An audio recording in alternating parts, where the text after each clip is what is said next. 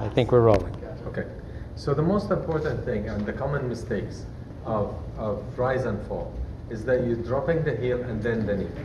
We have to reverse that. We have to keep the heels off. You soften the knee, then the heels comes down. And by doing that, all your landing from rising up to going down is much softer, and your scooping action is going to be much deeper. You have to keep the scooping action throughout every single step. Even if you're doing an overswing. So I'm doing in here 1, in here 2 is up, 3 is down. 1 is down, 2 is up, and so on. You have to create that waltz action throughout. Right.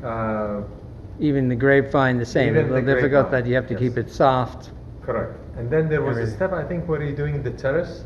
The terrace, and you're doing syncopated timing. You have to keep that, all of it, on the toe.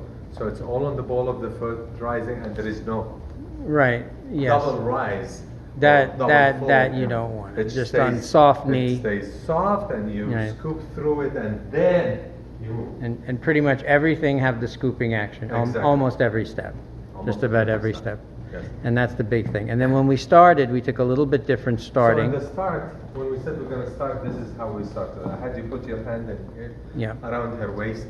You're doing 1, 2, she pushes you on 3, you go on here 1, and then from here you bring her through and you stay in this next. Yes. So that gives you the startup time that is more comfortable that you like.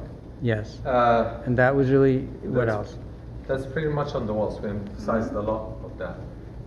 We also said that in certain steps, try not to squeeze it, but this is coming to the tango actually. More into the tango. More into the tango. In the beginning of the tango, I told you that the only way you're going to lead this is that both of you are totally focused on each other.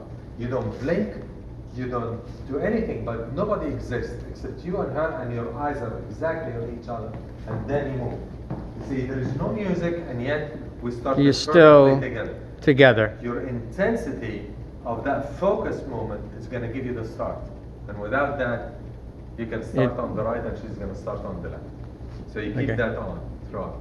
And the tango, we said you're going to put your hand or your middle finger right in the center of her back, so on the center of her spine. So this is going to be in here. And this way, you squeeze this way, and you don't squeeze with the shoulders. Before you're squeezing her, you're doing this because you're putting the tension in here. And your body feels it's lower on the and you do want to get it, but you're going to keep the lats and don't. So this is your action. She stays in this way, in here, and this is my action for a tango. Right. And it's like really firm. We said that on that step that we said that from the telemark, from the telemark. On the telemark, we said you're going to have a press line in here. So you see how high my heel up? Yes. Press line. You see how high it is? Yes, I do see it. I mean, it's like look how high that is, folks. Yeah, exactly. This is what the press line is going to be in here. And from here, I'm not going to go back to get her. I'm standing in here. I allow her to go into this. Correct. From here, I send her to this side, and I'm anchored, not this way, I'm anchored in here. And your hips are up and solid. Then I let her up, whatever you do in here. Right. And we got that. We said your hand is going to go higher when you do these lines. Yes. Higher, not here, it's a higher. Even on when we do the back and forth. Correct. We're not going to be straight out. A little bit 10 o'clock. Flat, higher, 10 o'clock, 10:30, something like that. Okay. Exactly.